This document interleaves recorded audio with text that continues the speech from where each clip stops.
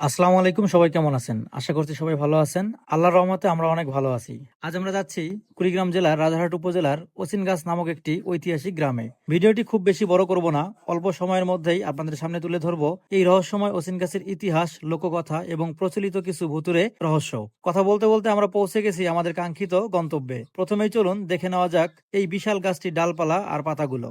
গাছটি অনেক উঁচু এবং স্থানীয়দের মতে এর বয়স প্রায় ৩০০ বছরের বেশি। সবচেয়ে অবাক করার বিষয় হলো এই একটি গাছেই দেখা যায় বিভিন্ন ধরনের পাতার বৈচিত্র্য, যা একে আরো রহস্যময় করে তুলেছে। গাছটির গোড়া খুব সুন্দরভাবে সংরক্ষণ করা হয়েছে। স্থানীয়দের কাছ থেকে জানা যায় এটি রাজারহাট উপজেলার ইউনো স্যার তার ব্যক্তিগত অর্থায়নে বাধাই করে দিয়েছে। গাছটির নিচে রয়েছে সনাতন ধর্মাবলম্বীদের কয়েকটি পূজাস্থল ও মূর্তির ঘর। সেখানে গিয়ে আমরা জানতে পারি প্রায় ৩০০ বছর আগে এই গাছটির প্রকৃত পরিচয় কেউ বলতে পারেনি, তাই এর নাম রাখা হয়েছে ওসিন গাছ। সেই থেকেই আশেপাশের স্কুল, মাদ্রাসা, বিভিন্ন সামাজিক প্রতিষ্ঠান এবং পুরো এলাকায় ওসিন গাছ নামে পরিচিত হয়ে উঠেছে। স্থানীয়দের বিশ্বাস, কারো মনে যদি কোনো ইচ্ছা বা মানত থাকে এবং তিনি আন্তরিকভাবে এখানে দান করেন, তাহলে সেই ইচ্ছা নাকি পূরণ হয়। এছাড়াও এই গাছকে ঘিরে রয়েছে নানা রহস্য আর ভূতের গল্প, যা আজও মানুষের মুখে মুখে প্রচলিত।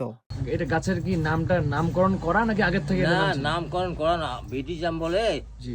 যারা আমার পূর্বপুরুষ এখানে ছিল, আচ্ছা ব্রিটিশের লোকও আসছে দেখার জন্য গাছ। আচ্ছা দেখার সময় এখন আমার পূর্বের লোকগুলো বলছে যে আপনারা বিদেশি লোক, গাছটা চেনেন না। বলে আমরা তোমার দেশের গাছ কেমন করে চিনি, তোমরা চেনে না, আমরা তো চিনি না। তো আমরাও চিনি না। বলে তাহলে গাছটার নাম কি করা যায়? অচিনিয়াতে অচিনিয়ায় থাক। ব্রিটিশ আমলে ওই নামে পরিচিত। বয়স তো মনে করো ওই ব্রিটিশ থেকে আজ পর্যন্ত কত বছর, ৩০০ প্রায় হয় বয়স। গাছটা তারও আগের গাছ। হুম। প্রতিটা গাছের ফুলের থেকে ফল হয়, আচ্ছা এর কিন্তু ফুল নেই, ফল আছে। আচ্ছা এটা আশ্চর্য। পাতার রং একটা এক বর্ণ হয়ে যায়। আচ্ছা যখন পুরেট হয় তখন পাতা এক হয়। এই কীর্তিকলাপগুলি এর আছে। হুম ওই যে ঘিরাওটা দেখলেন, দেখছেন কি? হ্যাঁ হ্যাঁ দেখছি। এটা কিন্তু টিউন সাহেবের হাতের ঘিরাও। হুম রাজাহাটে আমার টিউন সাহেব একজন ছিল ৫ বছর আগে। আচ্ছা তো উনি গাছ দেখার জন্য আসছে। গাছ টাছ দেখার পরে মন চাইছে এই চিকন একটা ডাল ভাঙছি, এইরকম ডাল। হুম তো আমার জ্যাঠাতো ভাই একজন ছিল, সে মারা গেছে। কিন্তু হুম বাইরে দেখিয়ে করে সর্বনাশ, আপনি তো সরকারি লোক, কিছু বলা যায় না, কিন্তু না বলি পারলাম না। কি বলো বলো, কি বলতে বলো? যে গাছটার ডালটা যে ভাঙলেন, ক্ষতি কিন্তু আপনার হবে, হুম আমার ক্ষতি হবে না। আচ্ছা কেন ক্ষতি হয় বলে সেটা বুঝবেন।